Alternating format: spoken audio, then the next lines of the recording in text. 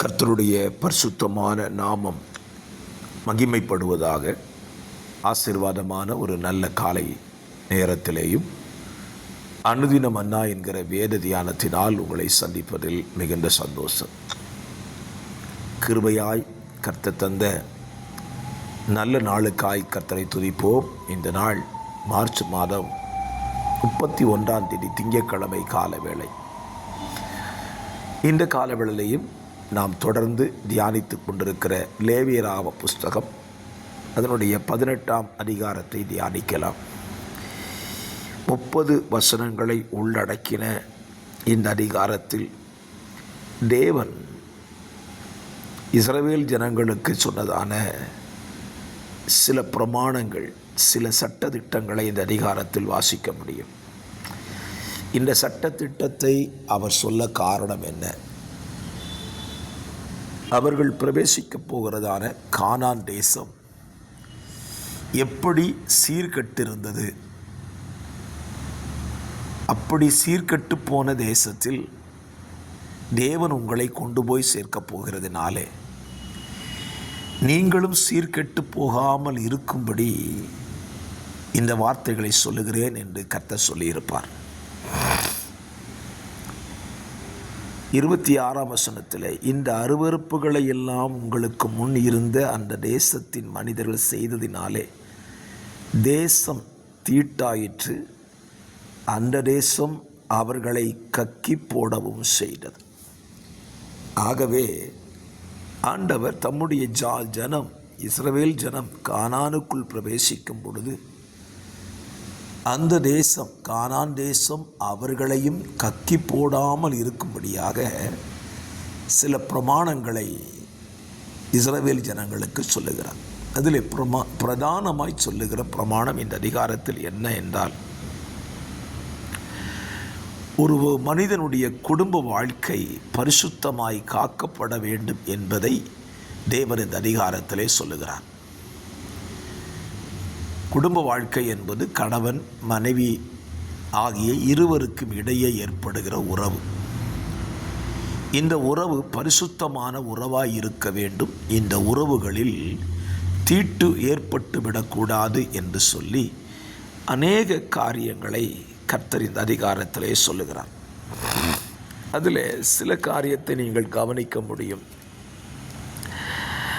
ஆண்டவர் திருமணம் செய்து கொள்ளும் பொழுது உறவுகளின் மத்தியிலே திருமணம் செய்யக்கூடாது என்று சொல்லி சில உறவுகளை சொல்லுகிறார். தகப்பன், தாய், தகப்பனுக்கு உடையதான ஸ்தோத்திரம் மருமகள், அதே போல மருமகன், ஒரே ஸ்திரீயையும் அவள் மகளையும்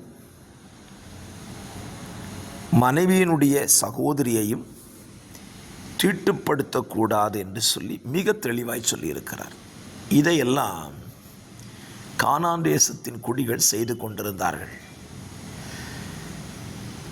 மகளையும் திருமணம் செய்து கொள்ளுகிறான். மனைவியை திருமணம் செய்து கொண்டவன் மனைவியினுடைய சகோதரியை திருமணம் செய்து கொள்ளுகிறான். தன் மகனுடைய மருமகளை தீட்டுப்படுத்துகிறான். நெருங்கின இனத்தை, தாயை தீட்டுப்படுத்துகிறான். இப்படி பலவித பாவங்கள் கானான் தேசத்திலே செய்யப்பட்டு கொண்டிருந்தது. ஆகவே தான் இந்த அதிகாரத்தில் ஆண்டவர் ஒவ்வொன்றை வேறு வேறாய் பிரித்து சொல்லுகிறார். இதையெல்லாம் நீ செய்யாத, தேசத்தின் குடிகள் இதெல்லாம் செய்திருக்கிறார்கள்.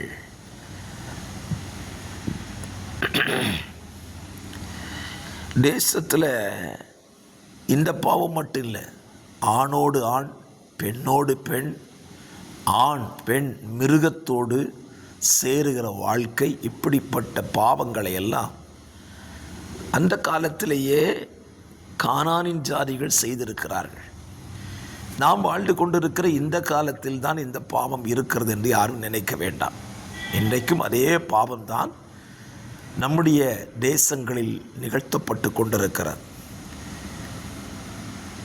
இன்றைக்கு எதிர்ப்பு தெரிவிக்கிறோம். ஓரின சேர்க்கையை எதிர்ப்பு தெரிவிக்கிறோம். பல நாடுகள் சட்டமாக்குகிறார்கள்.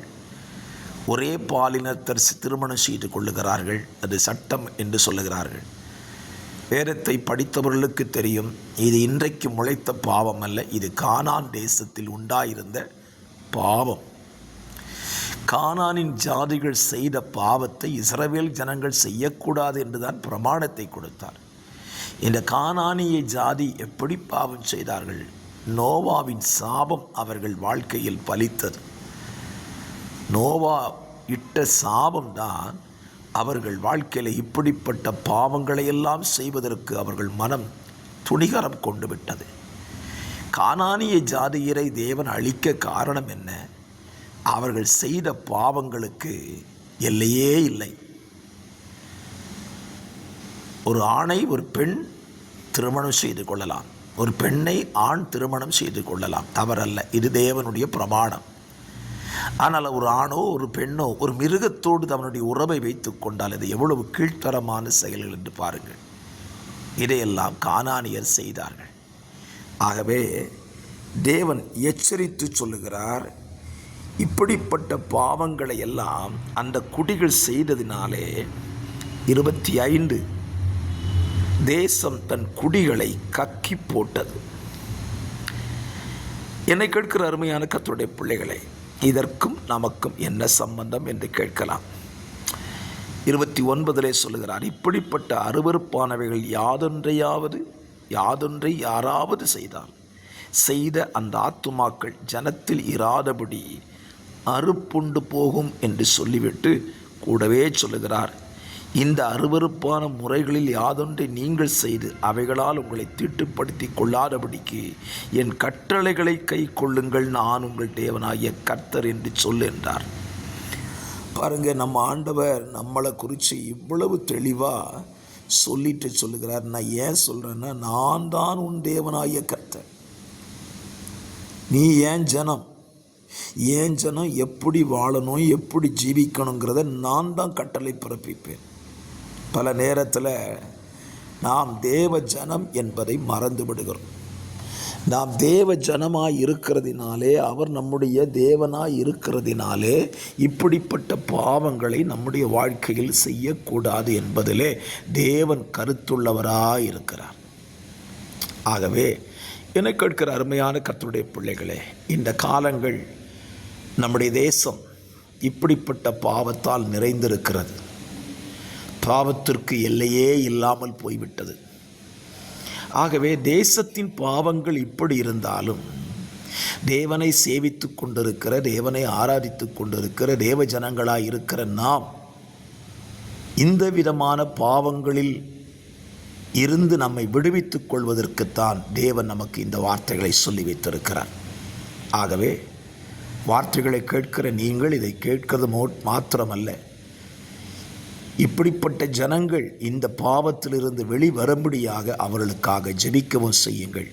காரணம், நம்முடைய தேவனாகிய கர்த்தர் சீக்கிரமாய் வரப்போகிறார். தேசத்தை ஏன் இன்றைக்கு தேவன் அழித்து கொண்டிருக்கிறார் ஆங்கே என்று சொன்னால், இவ்விதமான பாவம் தேசத்தில் தலை தூக்கி தலை விரித்து ஆடத் துவங்கிவிட்டது. பல தேசங்கள் இன்றைக்கு அழிவை சந்திக்கிறது. மியான்மர், தாய்லாந்து நாட்டினுடைய நிலைமையை யோசித்து பாருங்கள். கொஞ்சம் கூட யோசித்திருக்க மாட்டார்கள் இப்படிப்பட்ட இழப்பை சந்திப்போம் என்று. இதெல்லாம் தேவன் நமக்கு கொடுக்கிற எச்சரிப்பு. ஆகவே இந்த காலவெளியில் என் வார்த்தையை கேட்டுக்கொண்டிருக்கிற உங்களுக்கும் எனக்கும் தேவன் சொல்லுகிற ஒரு எச்சரிப்பு என்ன என்றால், தேசத்தின் பாவங்களிலிருந்து நம்மையும் நம்முடைய சந்ததிகளையும் விலக்கி ரட்சித்துக் கொள்வோம். தேசம் தன் குடிகளை கக்கி போடும் பொழுது நாம் அதில் சிக்கிக்கொள்ளாதபடிக்கு தேவனை சார்ந்து கொண்டு தேவனுக்கென்று பரிசுத்த ஜாதியாக வாழ்வதற்கு நம்மை அர்ப்பணிப்போம். நம்முடைய தேவன் சீக்கிரம் வருகிறார். மாரநாதா, இயேசுவே சீக்கிரம் வாரும் என்று நாம் அழைப்போம். ஜெபிக்கலாம். பரிசுத்தமுள்ள நல்ல பிதாவே, ஆசீர்வாதமான இந்த காலவெளியிலே தியானிக்க தந்த வேத பகுதியின்படி எங்களை தேசத்தின் பாவங்களினால் தீட்டுப்படுத்தி கொள்ளாதபடி பரிசுத்தமாய் காத்துக்கொள்ள கர்த்தர் உதவி செய்யும். இயேசுவின் நாமத்தில் ஜெபிக்கிறேன், ஜெபம் கேளும் நல்ல பிதாவே, ஆமேன், ஆமேன்.